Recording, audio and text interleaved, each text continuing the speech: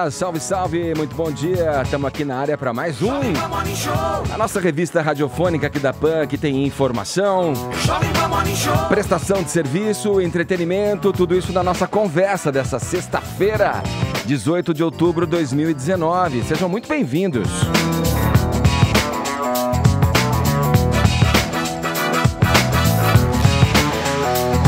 Política no Morning Show, os mortos e feridos na guerra fratricida no PSL, a articulação do governo no Congresso, o futuro do Brasil, se mudar o entendimento do STF sobre a prisão em segunda instância.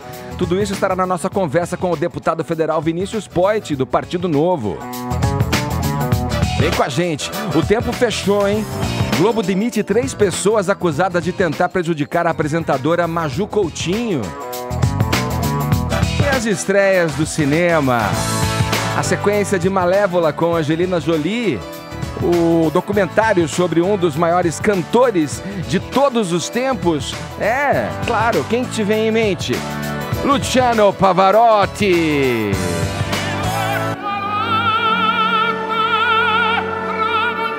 Caramba, meu. Eu acho que a gente devia aproveitar esse momento Pavarotti, já começar a treinar no intervalo para brindar o espectador com um medley de Amigos para Sempre aqui no Morning Show. Relembrar as Olimpíadas de Barcelona de 92, por que não? Agora, ó, se liga, ó. Ó. Agora, se liga. Cai a coluna, destrói, vai tudo por terra. Até me faltou fôlego. Quebra o cristal. Quebra a cristaleira inteira. Caramba, hein? Esses são alguns destaques do Morning Show que está apenas começando, e você aí do outro lado, que está começando os seus trabalhos, no seu home office, que você que está no trânsito das grandes cidades, acompanhando pelo rádio aí a programação da Jovem Pan, ou pelas mídias sociais também. Tem várias formas de você acompanhar o nosso Morning Show, né? Tem o nosso aplicativo, é o aplicativo vermelhinho da Jovem Pan, tem também o nosso portal jp.com.br.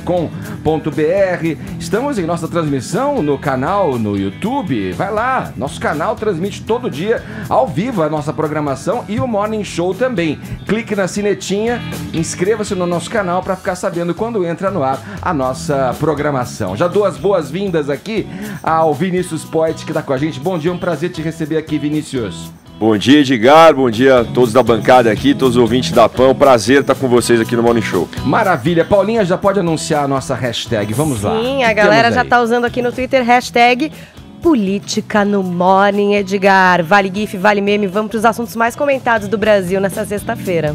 Beleza, então, olha, você pode interagir também com a gente pelo nosso WhatsApp, que é o 11 931 17 1009. Anota esse número aí, meu caro espectador, responda com muita objetividade pra gente. Dessa vez a enquete é a seguinte: você vai responder sim ou não e justificar rapidamente aí de forma objetiva a tua resposta, tá bom?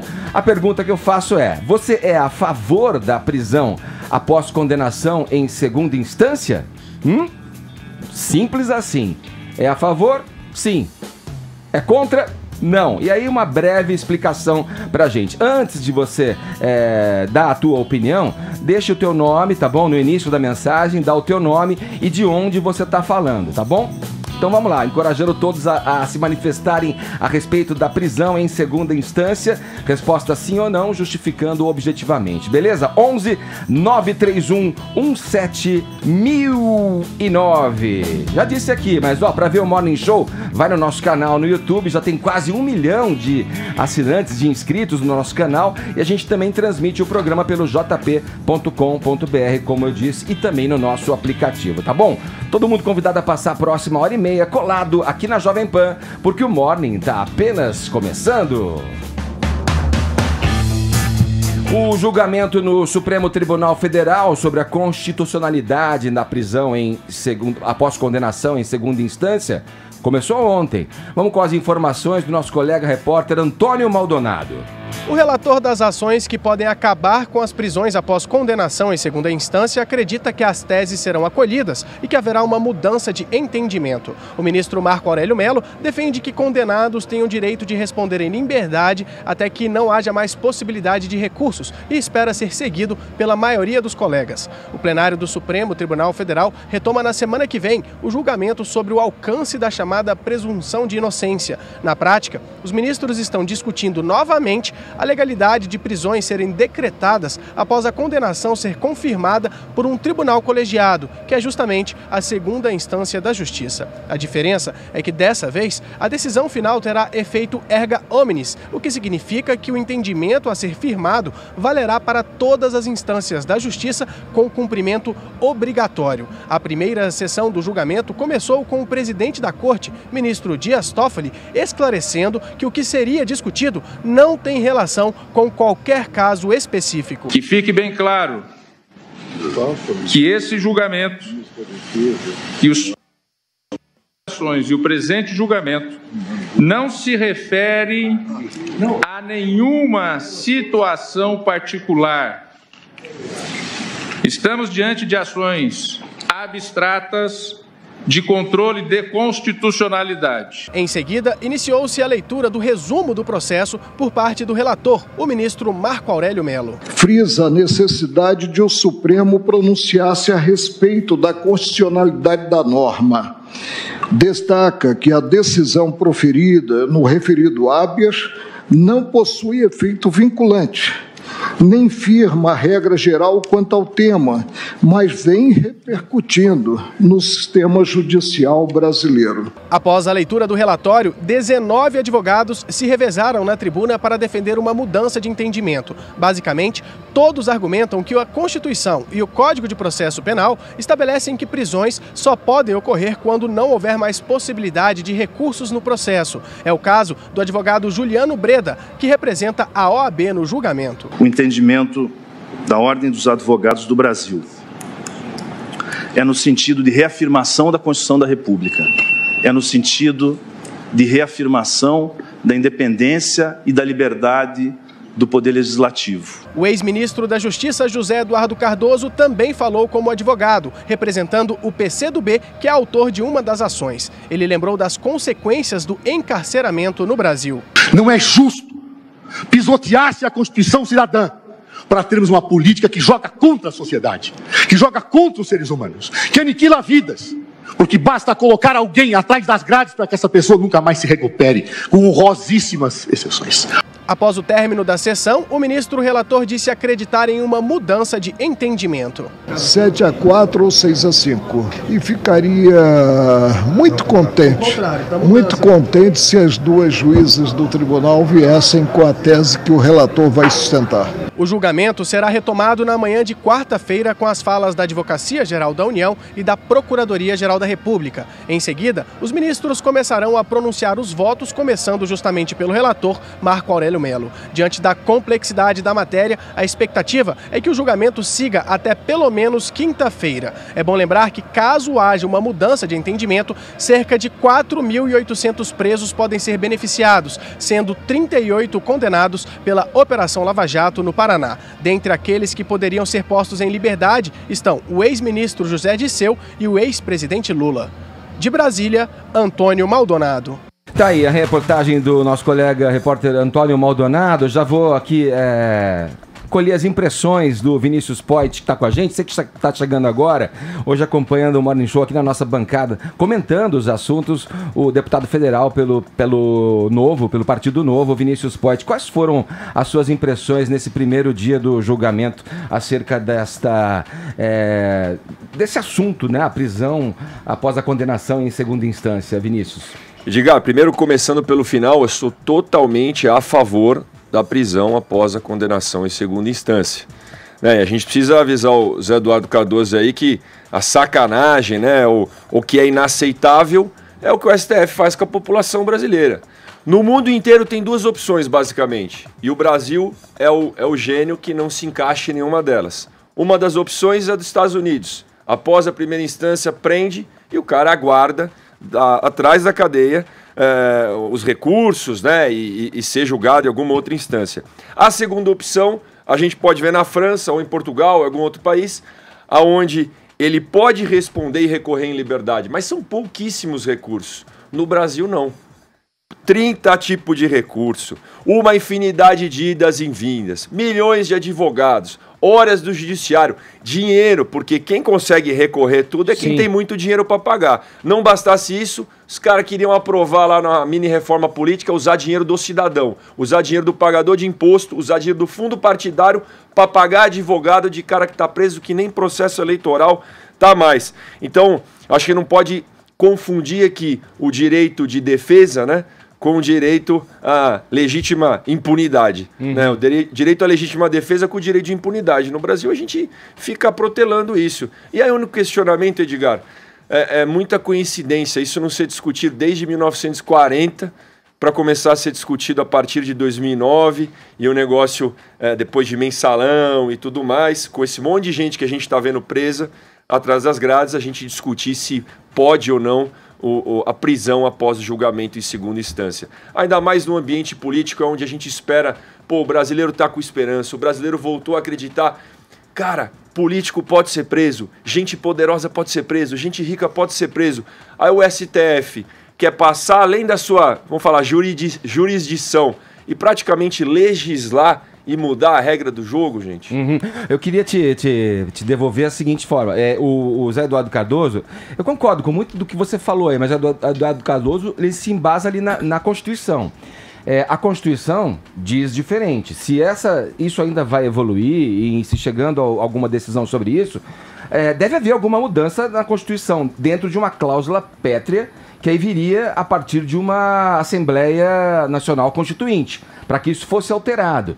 Porque lá diz, se eu não estiver enganado, me corrija se eu estiver enganado, no artigo 5º, inciso 57, que ninguém vai ser condenado até o trânsito em julgado. O que nos levou a esse estado de coisas é a lentidão da nossa justiça e essa quantidade, aí sim, concordo muito com você quando você diz essa quantidade inúmeras, né, enorme de recursos que a pessoa que tem a condição de manter um bom advogado, que tem dinheiro, quer dizer, a classe abastada, os mais ricos, ficam lá protelando, até que isso chegue ao ponto ridículo de caducar e aquilo não ter mais, caducou, não se julga mais, tá feito. Agora, como dirimir esse argumento, esse entendimento, diria, e essa divisão de opiniões frente à Constituição? Que a Constituição garante uma coisa.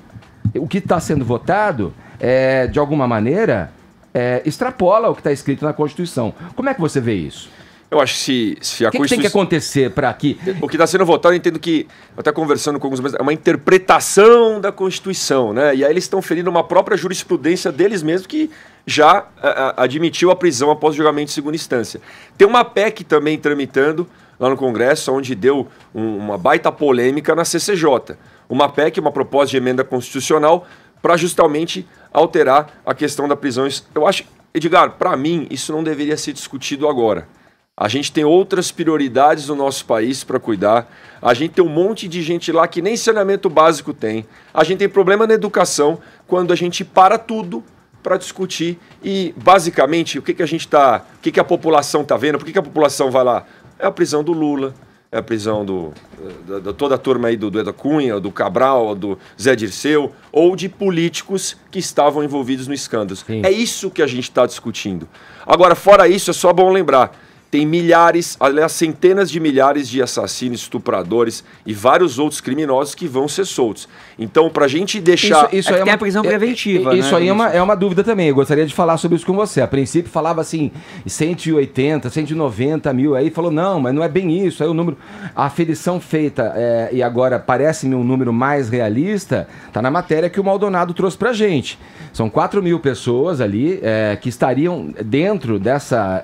influenciadas por essa decisão, se ela realmente for sacramentada e acontecer, e 38 nomes da Lava Jato, de condenados da Lava Jato, que estão em diferentes instâncias da prisão ali, ou presos domiciliares, ou encarcerados mesmo, perfeito, como é o caso do ex-presidente Lula, por exemplo.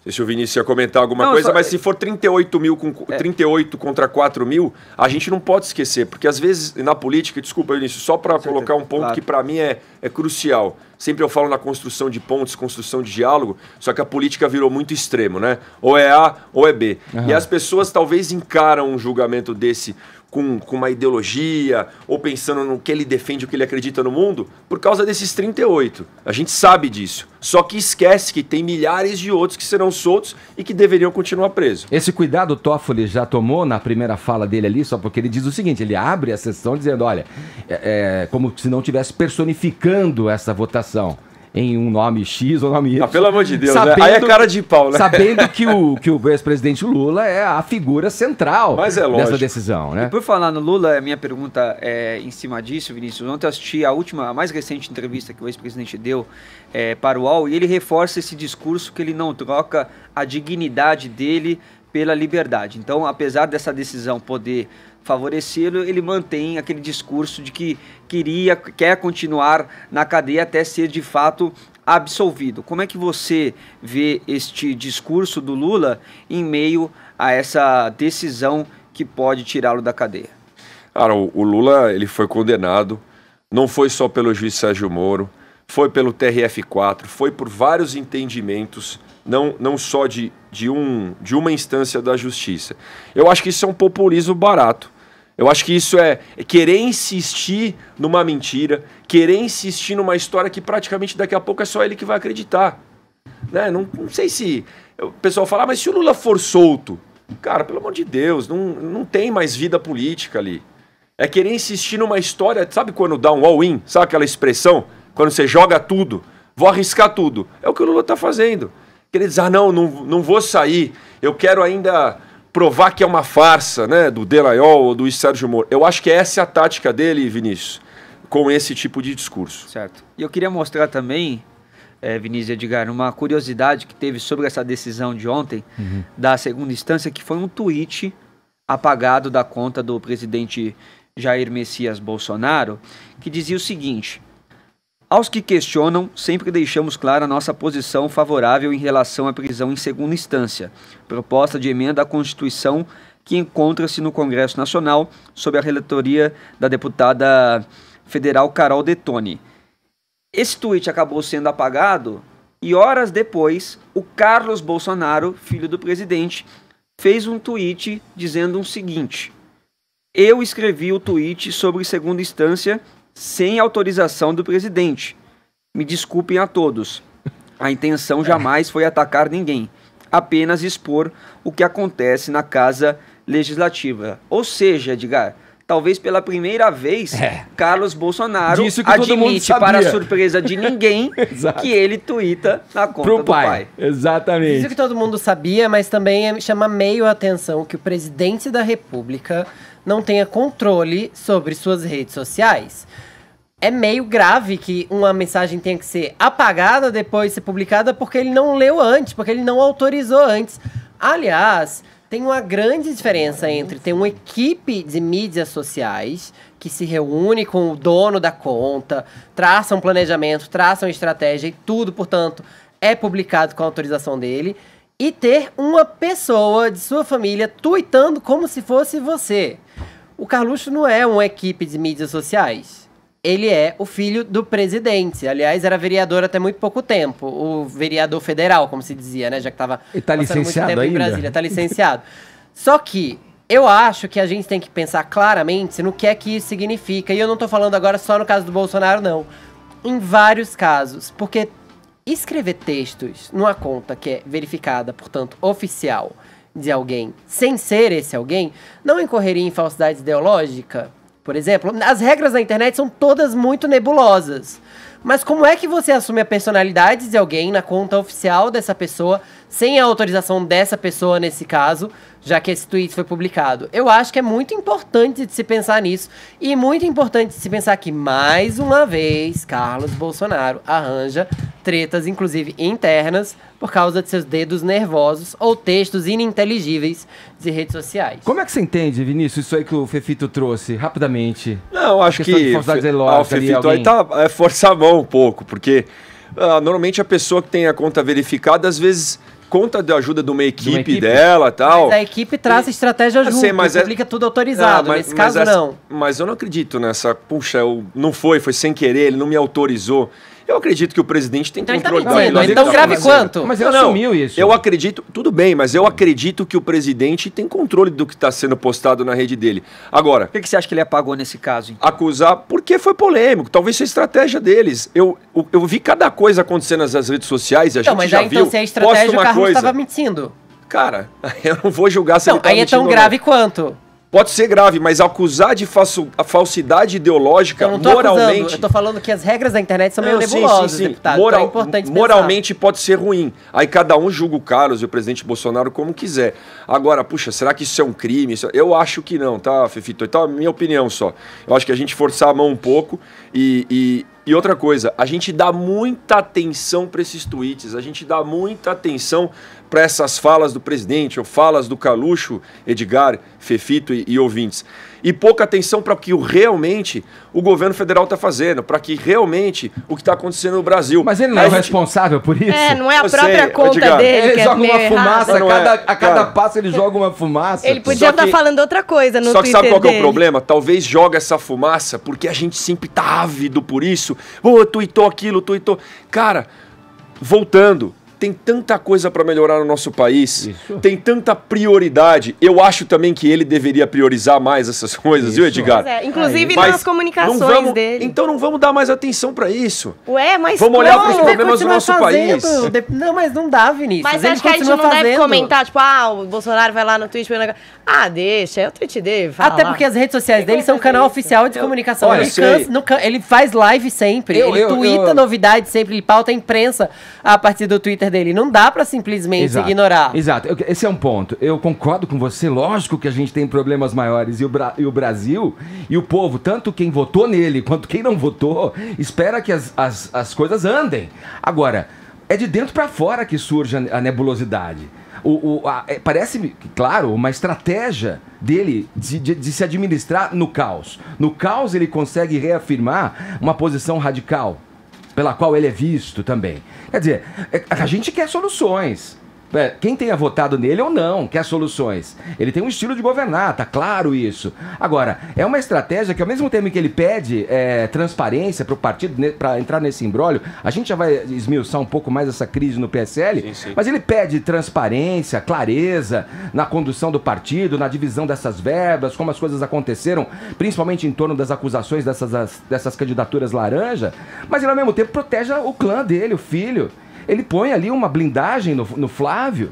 Ele tem questões a se explicar também, enquanto ele pede a transparência. É curioso isso. Em todas as declarações dele, né, Edgar, seja fora ou dentro das mídias sociais, vai ter uma proporção gigante mesmo. O maior exemplo é esse assunto que nós vamos falar agora do PSL, na crise do PSL, né? Até porque, Vinícius, ele foi um sujeito que politicamente, ele teve uma ascensão meteórica, né? Ele era um cara do baixo clero.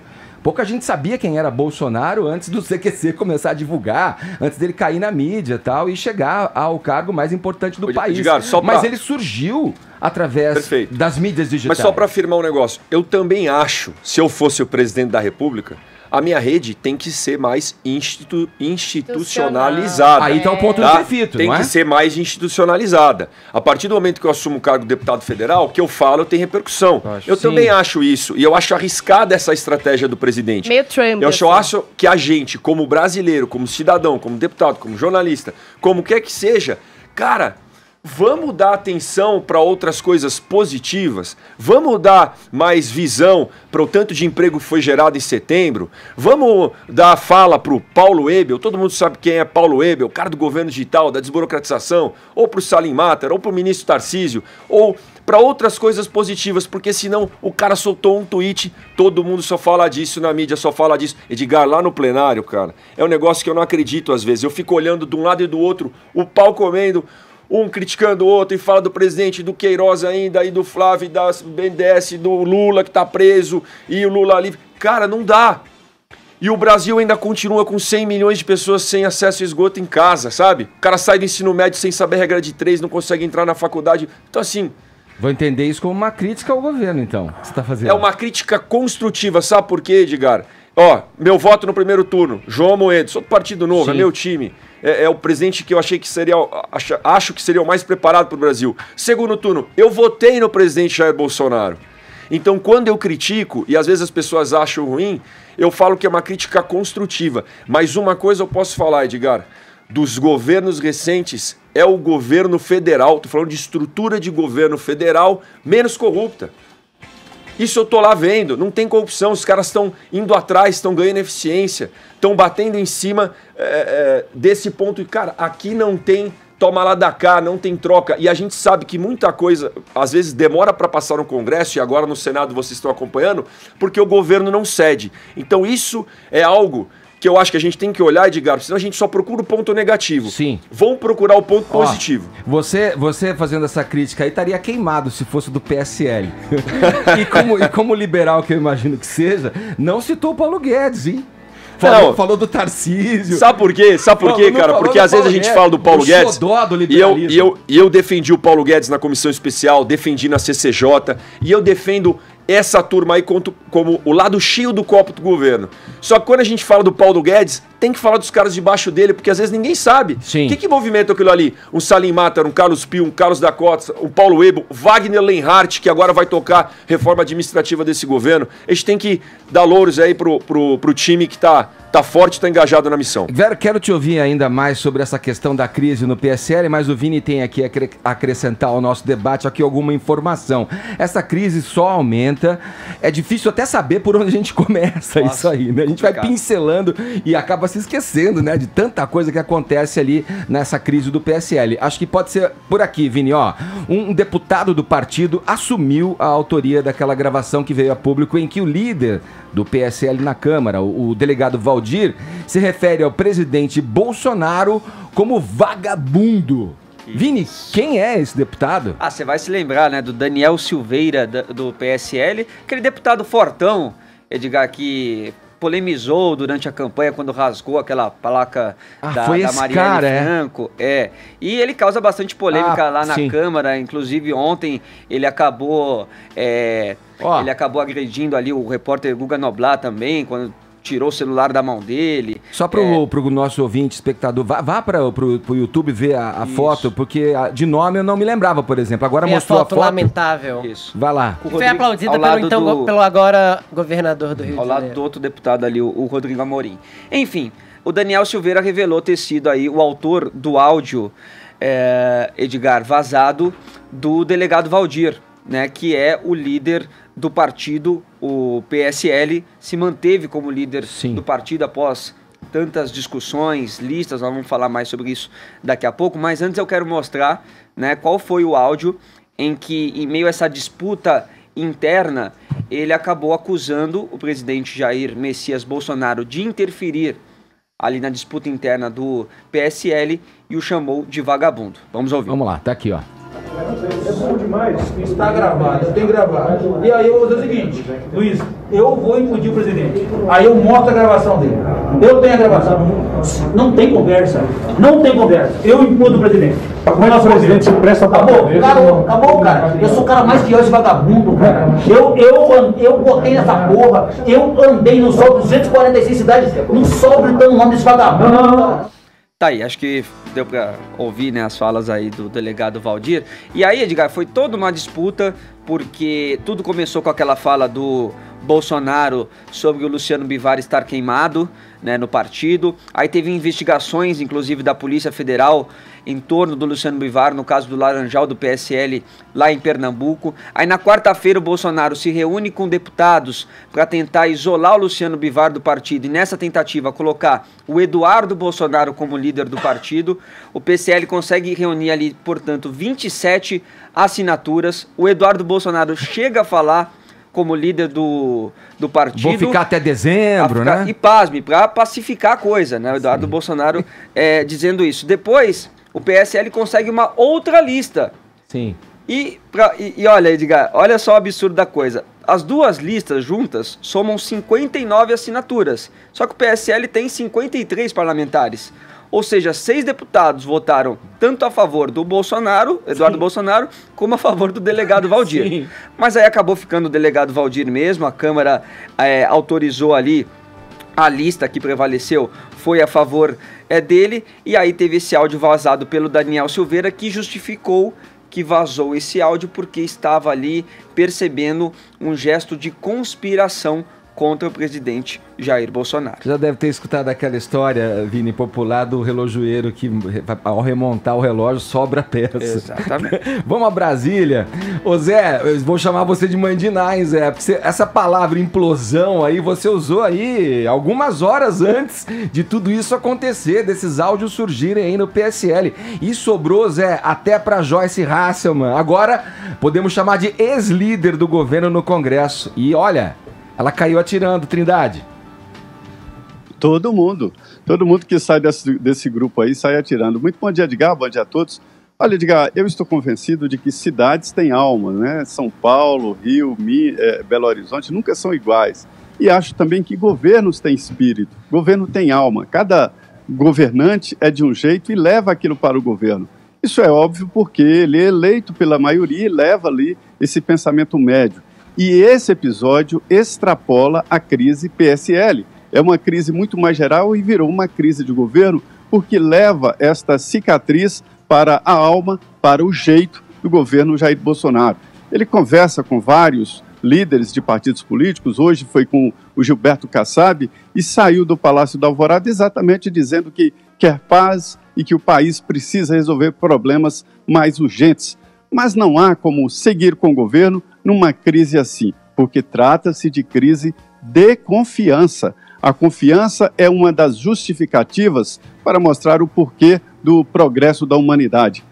Edgar, veja bem, Joyce Hasselmann não assinou a lista para colocar Eduardo Bolsonaro na liderança, e isso foi considerado traição. Mas não foi só por aí. Ela já estava se aproximando muito do presidente da Câmara, deputado Rodrigo Maia, que é considerado um adversário do presidente Jair Bolsonaro, do clã Bolsonaro, no Congresso Nacional. Já estava sob suspeita. Eu tinha informações de que o líder do governo na Câmara, que ela chama de nada, né? O deputado Vitor Hugo, estava se fortalecendo na nova estratégia do governo de formar uma base, inclusive, com outros partidos políticos, além do PSL. É aí que está a origem desta confusão toda no partido. A saída de Joyce Hasselmann da liderança do governo no Congresso Nacional acaba ali criando adversários novos e cruéis para o grupo do presidente Jair Bolsonaro. E a novidade nesse processo é que são pessoas que lidam na mesma área, nadam na mesma praia do presidente Jair Bolsonaro, que é essa área aí de robôs, de sites e de internet, né, na área aí de mídias sociais. Então é uma crise que deve sim ser tratada com zelo, e ao presidente e ao grupo não resta outra chance a não ser criar um novo grupo, um novo partido. Porque em política não há revanche nem repetição, é preciso criar um novo caminho. Houve a derrota, uma derrota pesada, ameaça, o presidente disse que não há alteração, mas ameaça a indicação do Bolsonaro para a Embaixada do Brasil. Ele disse que isso já está em segundo plano, mas o pai disse que está mantido, né? Mas enfim, muda muito. Os diretórios de São Paulo e Rio de Janeiro serão substituídos, então uma derrota grande no partido que o elegeu, né, na sua origem. Sim, sim. Zé, e até a Joyce também se manifestou pelo Twitter dela, e um dos tweets mais destacados foi quando ela disse que não nasceu líder, não precisa disso, que ela trabalhou 20 horas por dia para salvar o governo das crises, aprovar pautas importantes para o país e apagar incêndios durante todos esses meses. Aí ela fala: agora ganho a minha alforria e mais tempo para cuidar do meu mandato e da minha candidatura à prefeitura. Se fala até numa aproximação com o João Dória, né, aqui em São Paulo, viu, Edgar? Uma informação extra, segundo o Guilherme Amado, da revista Época, o Alexandre Frota, em pessoa, o dissidente inicial, digamos abriu assim, os braços para a Joyce. Joyce. Para Joyce Hasselmann. Abriu os braços. E disse que o PSDB tem muito a oferecer a ela. Será bem-vinda. Portanto, terá aí um convite para trocar esse partido. A Vera Magalhães, nossa colega aqui, falou muito bem sobre essa questão da articulação, né? Dessa articulação que o Bolsonaro parece não fazer muita questão ou não ter habilidade nenhuma para isso.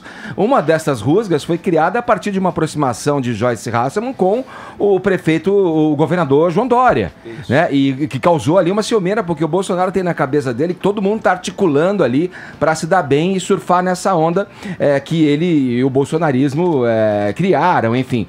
Vinícius, vamos lá. Ela além desse tweet do Vini aí, tem um em que ela, uma afirmação que ela fala, não tem medo de represálias e declara ali várias revelações, aliás, né, do PSL ultimamente, que não tem medo da milícia, que é aproximadamente em torno de 1.500 nomes que poderiam atacá-la ali, a milícia bolsonarista ali. Não se sabe a soldo ou não, mas que poderiam ir para cima dela a partir dessa, digamos, afastada dela da liderança. Uma declaração dela, segundo o jornal o Globo, traição é o modus operandi do governo Bolsonaro. Ô Vinícius, vamos lá. Quais os reflexos, na tua visão, dessa disputa interna do PSL aí, enfim, e com relação ao que pode afetar nessa articulação do governo, que já não é lá essas coisas? Né? Novamente, né? Eu não gosto de ficar discutindo sobre pessoas, sobre os outros, né? Interferindo no problema alheio. E muito menos a gente transformar isso no assunto... Eu sei que o presidente tem a responsabilidade do cargo, eu sei que são pessoas públicas, mas, pô, senão vira um programa de fofoca. Se a gente ficar falando do que a Joyce falou, do que o presidente falou, do que o Valdir falou... Pô, mas política virou pop, pô. Política é pop hoje Não, em dia. cara, mas ó, o que eu falo é o seguinte, enquanto isso acontece, alguém tem que trabalhar, alguém tem que fazer essas reformas andarem, alguém tem que falar de inclusão das pessoas no sistema financeiro, na bancarização digital, e é parte desse alguém que eu quero fazer parte, né? É desse alguém que eu tô lá trabalhando e menos falando e criando polêmica.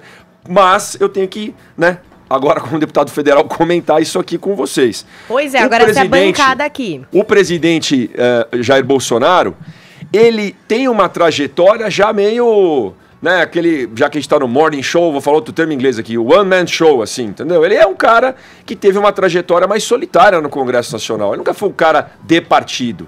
Então, eu não estou falando que isso é certo ou errado, mas é a trajetória que aparentemente ele continua a fazer junto com o grupo dele. Do outro lado, o PSL também nunca foi um partido grande, foi um partido pequeno, e a hora que cresceu, né, vamos dizer assim, que o presidente Bolsonaro usou a legenda do PSL, ou alugou a legenda do PSL ali para entrar no pleito, o PSL já cresceu de uma forma ali meio rachada, sem uma identidade, sem um grupo claro. Teve disputa antes da gente assumir o cargo, vocês lembram, né, que a deputada Joyce com o deputado Eduardo já trocaram farpas lá atrás. Lá dentro da casa a gente via que não tinha uma unicidade. E confesso que deve ser difícil, com muita gente nova, muita gente primeiro mandato, muita gente one man show ali dentro. Então, eu queria colocar esse pano de fundo para dizer que eu espero que agora, tem um termo que a gente usa que é zere a pedra. Começa de novo o negócio ali e começa de uma maneira mais para frente, mais correta. E aí, gente, eu não posso dizer o orgulho que eu sinto de participar do meu partido, que esse tipo de conversa em bastidor, esse tipo de destituição de um líder, e vagabundo daqui, e ímpio de lá, não existe no Partido Novo. E eu acho que tem um complicador aí, gente, que a gente pode também passar pela cabeça, ao mesmo tempo que uma empresa cresce, vamos pegar o PSL crescendo, um partido que era pequeno. Agora, Edgar, vai receber... Tá anabolizado agora. Vai receber de fundo partidário nos próximos, esse ano mais 3, cerca de R$500 bilhão de uma vez. Então isso, rapaz, atrapalha um pouquinho talvez as decisões. Por isso que eu defendo não utilizar esse negócio do fundo partidário, o dinheiro público, para financiar partido. O Novo não teria esse problema.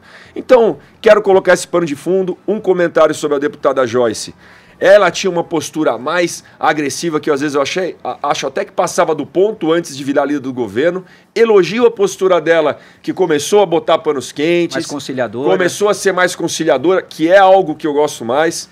Então, eu acho que agora ela está enfrentando esse desgaste pela postura dela mais conciliadora. E para concluir, Edgar, eu falei isso diretamente para o presidente da República e reafirmo. Eu prefiro ser otimista, eu prefiro entender que esse governo vai acertar a mão, que o presidente vai baixar o tom e a gente vai vencer, porque quem perde com o presidente indo mal é o Brasil inteiro. Somos nós todos aqui, é o PT, é o PSDB, são todos os partidos. Eu falei pessoalmente para ele, Edgar, presidente, no café da manhã que a gente teve lá no Planalto com a bancada do Novo, que ele atravessou a rua para o Congresso, num simbólica construção de pontes. Presidente, votei no senhor no segundo turno, eu quero que o senhor dê certo, né? Mas o senhor não é mais candidato. O senhor é presidente da República. Então, esse ataque, sabe, à imprensa ou ataque à oposição, eu não sei se ele é extremamente necessário agora. A gente pode tentar focar não só nos pontos que a gente não concorda, e sim nos pouquíssimos pontos que a gente concorda. E o presidente entendeu naquele momento, Edgar, e vamos ser otimistas aqui. Eu não conheço nenhum pessimista bem-sucedido. E se a gente não for otimista, né, sonhar grande e trabalhar duro por esse Brasilzão aqui, não dá. Então essas picuinhas, essas brigas, deixa para essa turma. Eu vou continuar trabalhando para aprovar as reformas do Brasil lá. Olha, eu sempre costumo dizer que eu sou otimista só de raiva. Mesmo que tudo isso aqui... Eu sempre acho que tudo que está acontecendo vai jogar a gente, né, não sei se por um lugar melhor. Ué, Zé, deixa eu só fechar com o Zé. Zé, obrigado aí pelas informações. Olha, trabalho não vai faltar, meu querido. Pode trocar a sola aí que você vai ter que rodar muito por esses corredores aí de Brasília, viu, Zé? Pois é, como diz o ministro Marco Aurélio, né? Não é de tédio que morreremos. Muito bom dia. Valeu, Zé, abração. Olha aqui, fala, só para Vini. complementar, essa história toda pode prejudicar a indicação do Eduardo Bolsonaro a ser diplomata nos Estados Unidos, porque aí ele perderia apoio da bancada do PSL. Então ele não teria voto suficiente, já estava uma coisa bem circulou a informação de que o presidente mesmo tinha retirado a indicação. Não sei até que, depois ele até não que ponto confirmou, isso... né? Isso, vamos lá. Olha, quero que te encorajar a participar da nossa enquete hoje aqui pelo WhatsApp, 11 931 17 1009. O tema é a prisão após condenação em segunda instância. Você é a favor? Diga sim. Você é contra? Diga não e antes do teu comentário, fale o teu nome e de onde você está falando, tá bom? Mensagens rápidas, dê uma breve explicação justificando a sua resposta. 11 931 17 1009. Agora 10 horas e 44 minutos, o horário é de Brasília. Jovem Pan Morning Show. Já pensou em ter um aplicativo para consultar preços de medicamentos e produtos de higiene e beleza com total transparência, escolhendo a melhor oferta para você? A Drogaria São Paulo pensou e por isso está lançando o app Meu Viva Saúde. Com ele, você tem acesso a produtos com preços exclusivos e ofertas personalizadas de acordo com seu perfil na palma da sua mão. É muito fácil e simples. Baixe agora mesmo, ative suas ofertas e aproveite. App Meu Viva Saúde da Drogaria São Paulo. Transparência de preços e personalização na palma da mão. Procurando um imóvel do tamanho dos seus sonhos? Venha visitar o primeiro Salão do Imóvel de São Paulo. Dezenas de empresas do mercado imobiliário apresentando mais de 3.000 unidades. São muitas ofertas com condições especiais, descontos exclusivos, facilidades no pagamento e muito mais. Salão do Imóvel de São Paulo. Grandes oportunidades em um único lugar. 18 a 20 de outubro no Expo Center Norte. Informações: salãodoimovilsp.com.br. Jovem Pan Morning Show. Na Jovem Pan.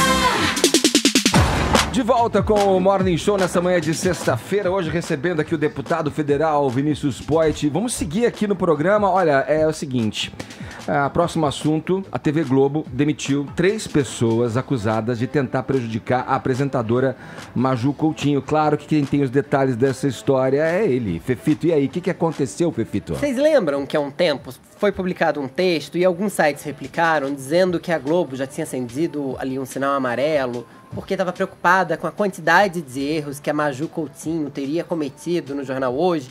Isso virou uma grande polêmica, muita gente passou a acusar o texto, inclusive quem replicava ele, de racismo, porque afinal de contas ninguém contabiliza os erros na bancada de outros âncoras que não sejam negros.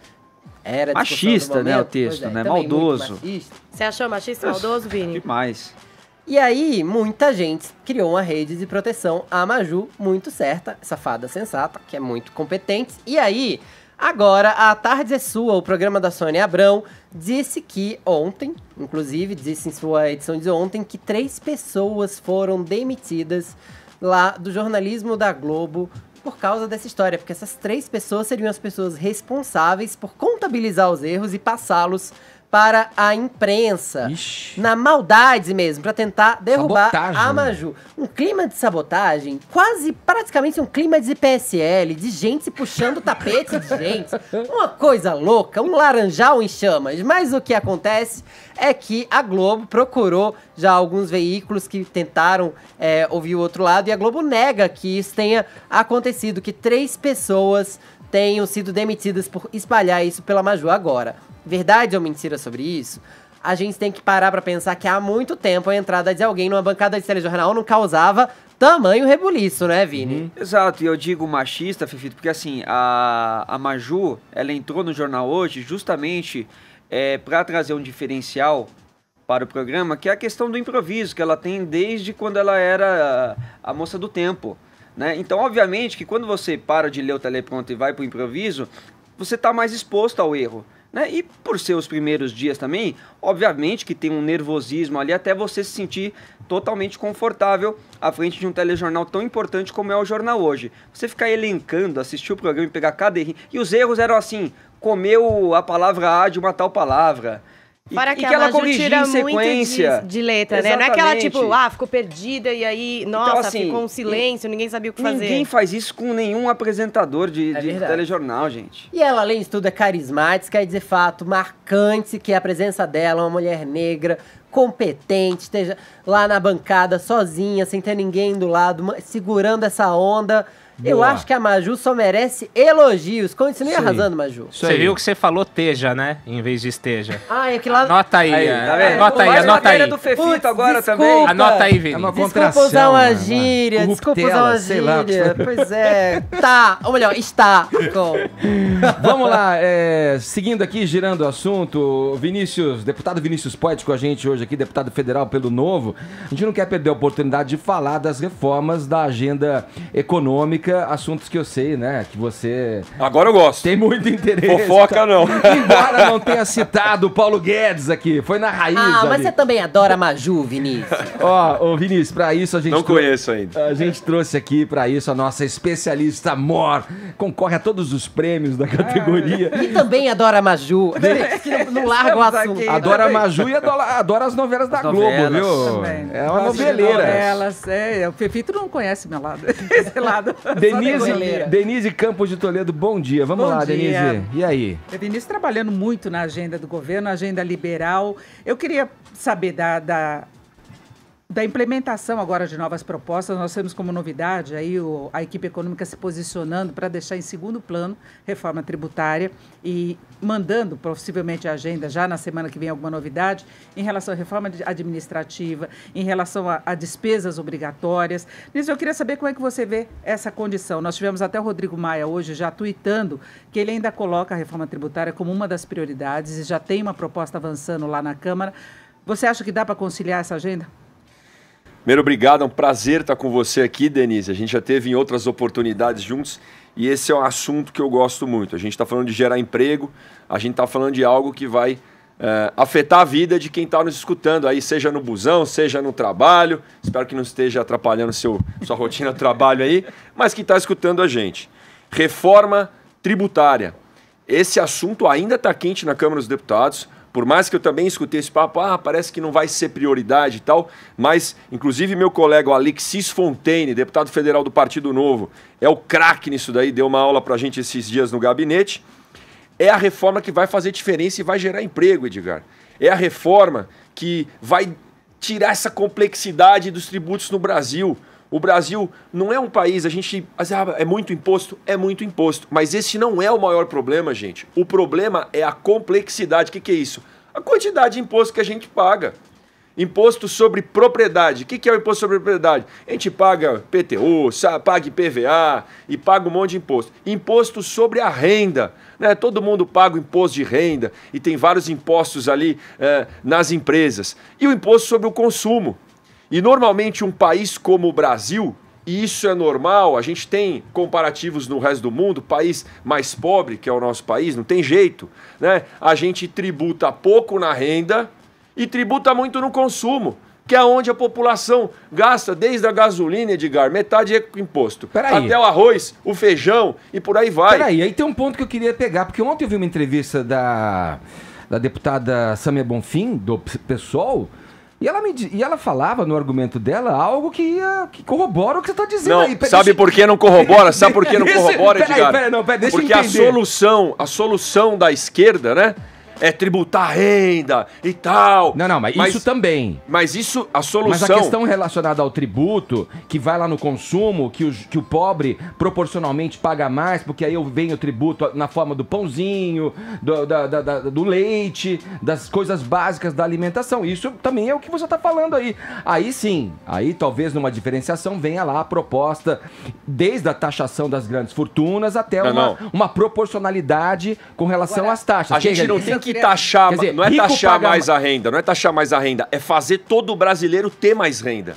É fazer todo o brasileiro chegar lá. É a gente aumentar a base. Vinícius, a proposta que está lá em discussão, que teve origem no Centro de Cidadania Fiscal do Bernarpi, você acha que é a proposta que tem que ir adiante? É a melhor proposta.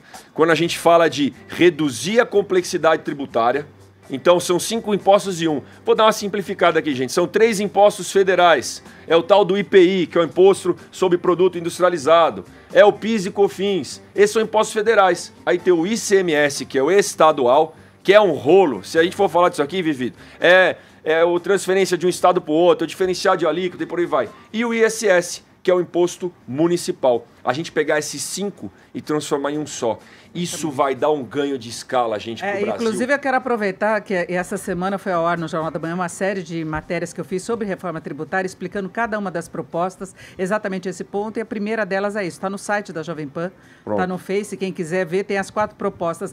Agora, Vinícius, a minha dúvida é essa. O governo falou que vai adiar a remessa da proposta dele. Faz tempo que ele vem adiando, já caiu até secretário da Receita por causa das discussões que o governo cogitou a volta do CPMF. Aí Bolsonaro disse que isso não acontece, mas ele mandando para o Congresso agora, na Câmara, a proposta de reforma administrativa, você acha que dá para correr as duas em paralelo? Que a administrativa também é importante. Eu sempre me pergunto, Denise, como é que só pode correr uma proposta no Congresso Nacional? Eu também acho, é isso que eu quero saber. Por que tanta gente trabalhando, é tanto recurso empregado, tanto consultor legislativo competente. Então, uma das coisas é melhorar o diálogo. Quando a gente vê uma tensão sempre entre o executivo e o legislativo, isso eu vejo desde o começo do mandato, e tem hora que é exacerbado, aí fica tuitando para lá, tuitando para cá. Eu, particularmente, falar de tweet, tenho uma equipe que me ajuda aqui, tal, mas eu gosto de mostrar o resultado. Não dá certo, Edgar. A reforma da Previdência poderia ter passado mais rápido, a reforma tributária poderia estar andando mais rápido, mas tinha aquela tensão, lembra? Que era o Marco Sintra, com o tal do imposto único e... CPMF. Da CPMF, que é o tal do imposto único, a proposta da Câmara, qual que é a proposta que ganha? Uma queda de braço. A proposta da Câmara realmente eu acho que é a melhor, é o IVA, né? Que a gente chama de IBS, Imposto sobre Bens e Serviços. Isso é bom no mundo inteiro. Me parece que sim, porque vários candidatos na corrida eleitoral citavam, né? Tocavam nesse ponto dos tributos como um tributo único lá. Claro, vários falaram sobre isso. O Brasil é dos países que mais perde tempo.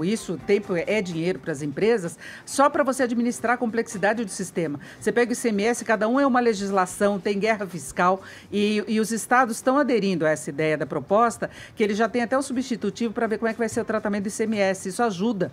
Né? Perfeito, porque Denise está craque aqui. Já tem um acordo entre... craque, pô. A nossa claque aqui. Já tem... É brincadeira, não. Ô, Vinícius, mas contrata a Denise para fazer seus tweets. Pô, Denise, você me ajuda? Vamos lá, damos orientação. Não vai tuitar e pagar nada depois, não. Tá bom. Essa você pode confiar. Não, mas eu confio.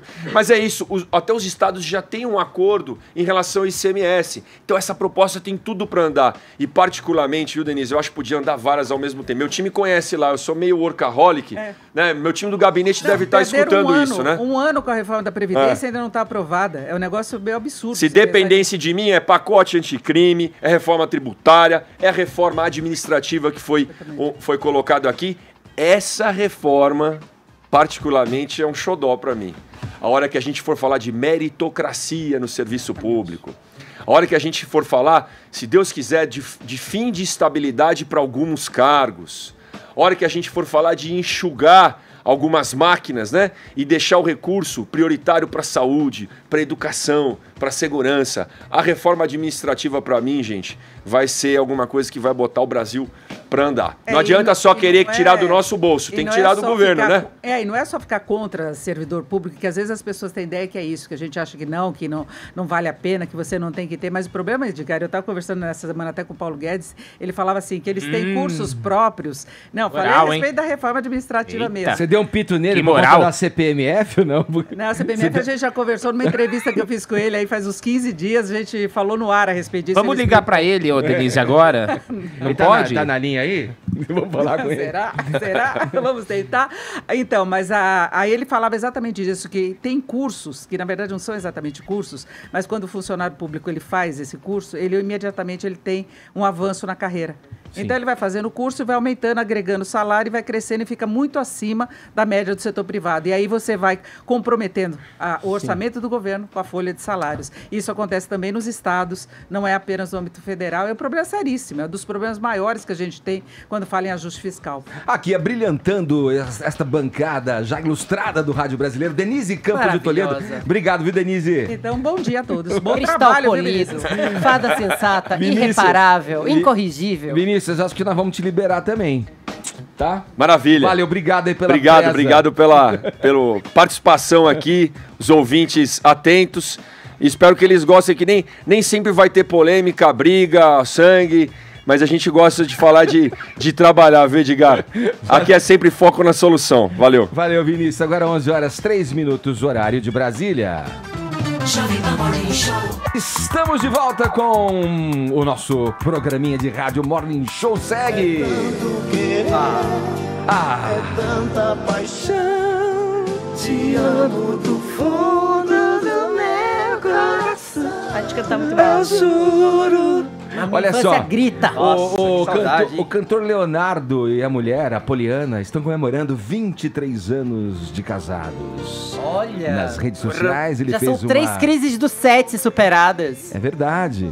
Olha, Fefito. Ué, legal, 23 anos de casamento. Firme e forte, bem olha. bom. Temos que celebrar mesmo. E ele fez uma celebração bem sincerona, né, Paulinho? Não, ele foi de boa. O problema foi quando Poliana Rocha foi fazer sua homenagem e foi lá escrever o seguinte, Edmundo. Que é? Hoje completamos 23 anos de casados, entre idas e vindas. Passei por decepções, traições, felicidades. Mas, enfim, consegui com muitas lutas segurar minha família, que hoje, para a glória do Senhor, está unida e feliz. Olha aí. Eu juro. Que maravilha, hein? Isso aí, superar dificuldades, meu amigo. Quem se propõe a uma relação longeva vai ter que estar firme mesmo pra isso. Olha, eu rio de nervoso, assim. Você fica emocionado, olha. Ó, tô até... Os olhos marejados. Mas sério, é que dá riso de nervoso, porque você vê que a pessoa começa a elogiar e de repente traz à tona um monte de mágoa junto. Não, porque não é porque você fez isso e aquilo que eu não vou deixar de te amar. É basicamente isso. Gente, são forças até aqui de mágoa. Essa traição não necessariamente possa ser a traição do Leonardo, né? Não, é que ela tá respondendo a um post de 23 anos de casamento. E, sei lá, você acha que pode estar falando dela mesma? Traição antes de 23 Traições anos. para que tentassem separar os dois, por exemplo. Bom, Vini, mas veremos. Nós somos leigos aqui nesse assunto, é por isso que hoje, queridos, tem especialista aqui nesse programa. Tem a psicóloga especializada em relacionamento, Pamela Magalhães, que simplesmente é a estrela do podcast mais ouvido desta emissora, nativo nas plataformas de podcast. Todo mundo que é agora aqui ouvinte do Morning Show pode procurar no Spotify, no Deezer, no iTunes por Coração Peludo. A primeira temporada tá lá, 12 episódios, não é verdade? Com essa fada sensata, Cristal Sem Defeitos, nos aconselhando e trazendo aí, às vezes passa por coraçãozinho, às vezes dando uma cutucada. Pamela, qual a análise que temos aí desta grande mensagem comemorativa de casamento, já revelando traições? Primeiro, bom dia a todos, é muito gostoso estar aqui com vocês. Eu nunca estive aqui no Morning, então, obrigada. E, gente, quando eu li esse depoimento da Poliana, eu pensei, primeiro, que importante a humanização das celebridades sobre aspectos que o ser humano passa mesmo, né? Então, a gente passa por momentos difíceis, momentos gostosos, então acho que dá uma sensação de que, nossa, acontece com todo mundo, não só comigo, então isso é muito bom. Um segundo momento, eu me preocupo um pouco justamente por essas interpretações, porque quando se é uma pessoa pública, a gente tem que ter uma responsabilidade grande no sentido do que nós falamos, como nós falamos, até pela repercussão que isso vai causar nas pessoas. E sim, aí dá espaço para a gente pensar. São traições o quê? Traições dos dois, de um só? Traições que não necessariamente sejam sexuais.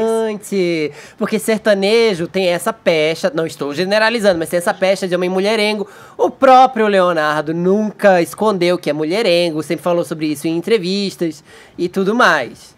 Porque assim, Fefito, o que eu penso, né? Eu tenho um pouco de medo quando uma celebridade fala algo íntimo dessa forma, no sentido da normalização de algumas situações que eu não sei se alguém aqui gostaria de ser traído ou acha que isso é algo muito bacana para se acontecer numa relação. Até onde eu sei, isso é algo bem difícil.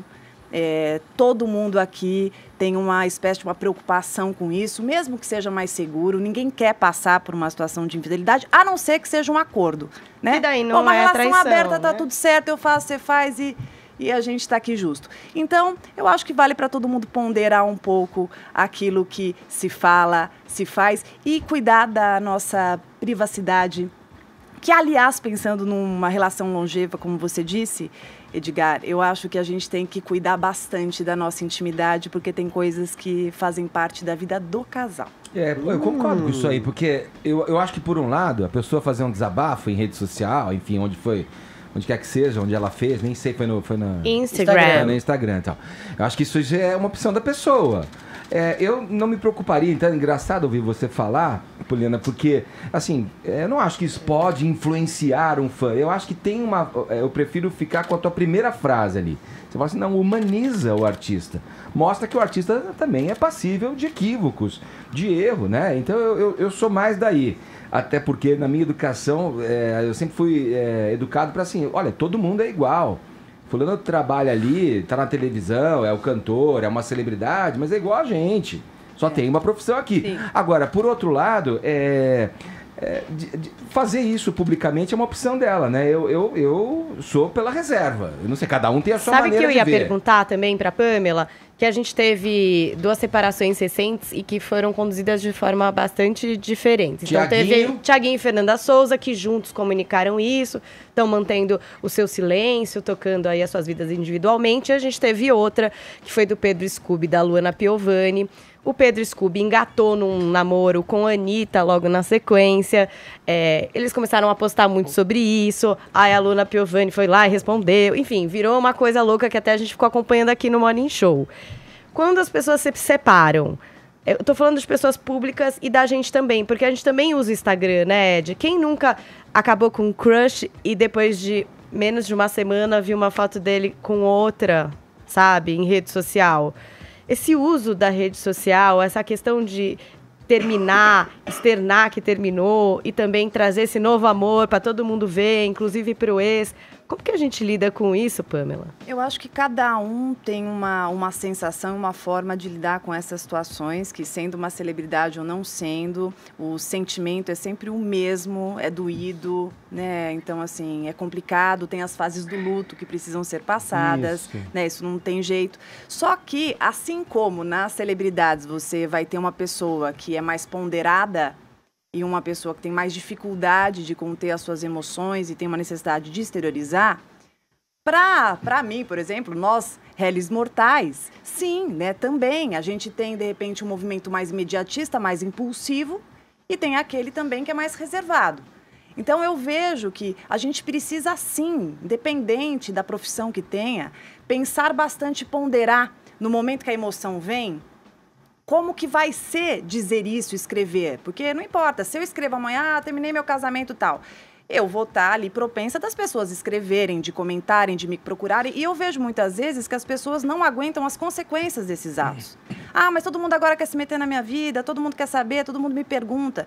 Então, só pra gente tomar cuidado com esses impulsos que nós temos. As pessoas não querem parar pra pensar no porquê da necessidade de dar a explicação publicamente, de dar essa satisfação pros outros nas redes sociais. Eu queria falar duas coisinhas muito rápidas que eu queria emendar como perguntas pra você.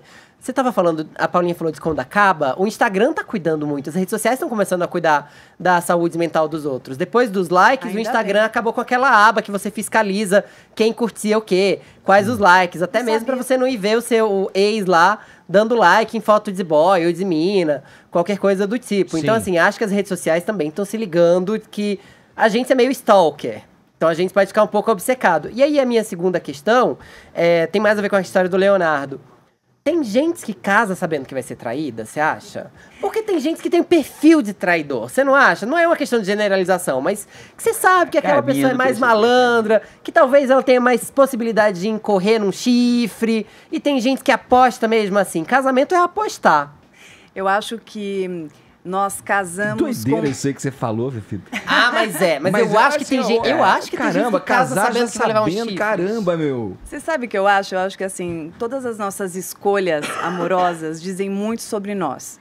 Porque a pessoa que a gente escolhe para estar com a gente tem muito mais a ver com aquilo que nós acreditamos merecer do que elas possam vir a fazer e o perfil que elas tenham e tal. Não tem eu não acho que tem esse pensamento, quero casar para ser traído, mas dentro do meu íntimo... Já tá pronta para perdoar. Eu tenho todo um pensamento e um desenho sobre o modelo relacional que eu suporto. Então, às vezes, você vê uma pessoa sofrendo, ela não está sofrendo por burrice, ela não está sofrendo porque ela quer sofrer, no desejo de sofrer, mas porque ela ainda entende que é este tamanho de relacionamento que ela aguenta e que ela suporta. Por isso que quanto mais eu desenvolvo o meu amor próprio, a minha inteligência emocional, mais eu consigo ressignificar um pouco o meu íntimo e esses modelos para conseguir me relacionar de uma forma mais saudável. Mas é normal ou não é normal o marido perdoar a traição? É normal ou não é? Hein, Edgar? Perdoar? Olha, acho que faz parte, cada caso é um caso. Mas eu queria trazer o seguinte, antes da questão das mídias sociais, vocês se lembram quando tinham as revistas de celebridades? A Quem, a Caras. Contigo. Sim. Muita celebridade ia pra capa da revista falando que tinha separado. Várias vezes, separado, aí aparecia na outra capa falando, encontrou o amor da vida, ia pra ilha de Caras com o amor da vida, aí separava, saía na outra, muito antes das mídias sociais. Então é um comportamento que a pessoa, por livre e espontânea vontade, escolhe. Sabe que eu já pensei no quanto era fácil ficar paranoico nos anos 70 e 80, quando não tinha internet e o telefone ainda era algo muito caro?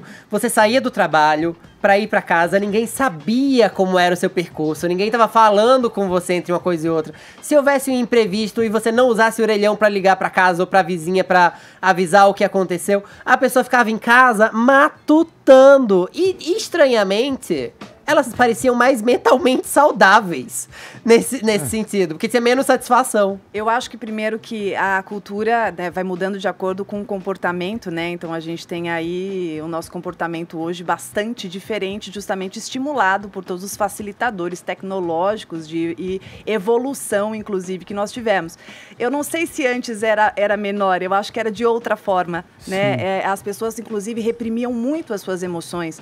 Hoje, por mais que a gente fique mais ansioso até e mais estimulado por tudo isso, a gente tem um pouco mais espaço para conversação e até para exteriorização daqueles nossos sentimentos que ficam aqui dentro martelando. Olha, Edgar, eu queria dar recado. Só uma frase. Fala bonito, hein, meu? Vai. Ela é maravilhosa. Pamela Magalhães com a gente aqui.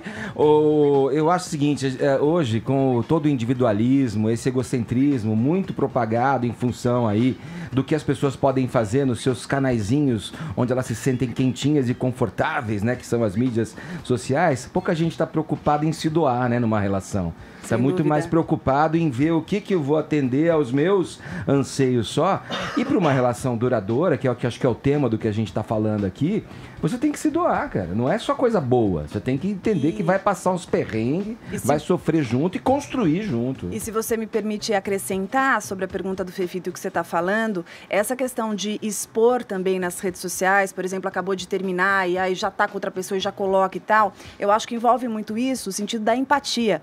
Então a gente precisa desenvolver sim, e eu acho que aqui, a gente que está passando as informações e favorecendo a conscientização, que as pessoas também consigam olhar além do próprio umbigo. ambíguo. Então, ok, eu tô feliz, eu tô numa nova relação, mas pô, poupa um pouco, de repente acabou de terminar, o outro tá vivendo esse momento. Então, às vezes eu acho que é muito assim, sabe, já virou a página e pronto. Você pode fazer isso no seu íntimo, mas vamos considerar também, eu acho que isso alimenta um ciclo muito mais construtivo, né? Porque uma hora sou eu que tô mal, uma hora é você, uma hora é ela, uma hora é ele. Então, as nossas atitudes poderiam ser mais coerentes e mais humanas. Boa. Essa mulher maravilhosa, Edgar tá lá. São 12 episódios da primeira temporada. A segunda temporada começa na semana que vem.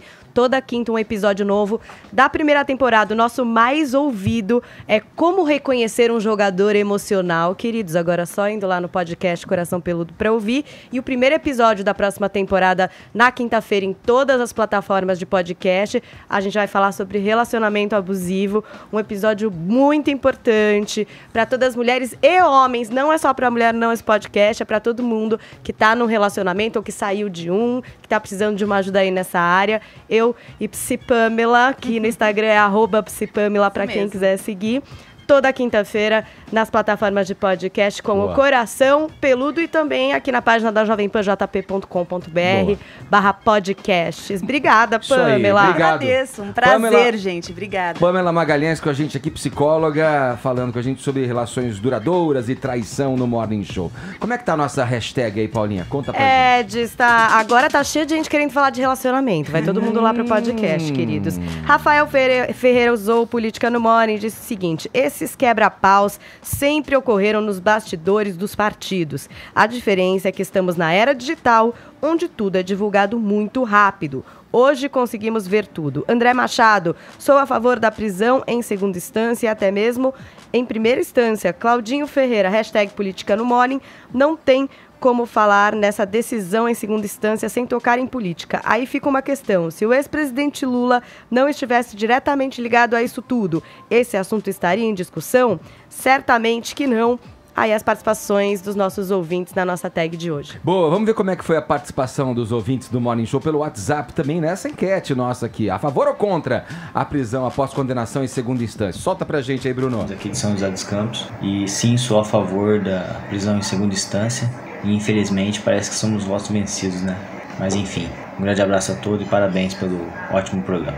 Bom dia, pessoal da Jovem Pan. Meu nome é Oswaldo, de São Paulo. Eu sou a favor da condenação em segunda instância e se caso o STF tentar virar a mesa a favor de bandido, temos que protestar, temos que ir às ruas contra essa virada de mesa absurda, ok? Um grande abraço a todos aí, fiquem com Deus. Árbia, de São Paulo. Eu sou a favor da prisão em segunda instância. Acabar com a prisão em segunda instância é efetivamente um desrespeito ao povo brasileiro. É mais do que um retrocesso. É mostrar para a população, é mostrar para todo o povo brasileiro que o Brasil é realmente o país da impunidade. Que aqui no Brasil o crime compensa. Marco Aurélio, de Sorocaba. Sou a favor da prisão após a segunda instância. Chega de privilégios, chega do dinheiro falar mais alto que a justiça. Chega de interesses próprios. Sou a favor da segunda instância.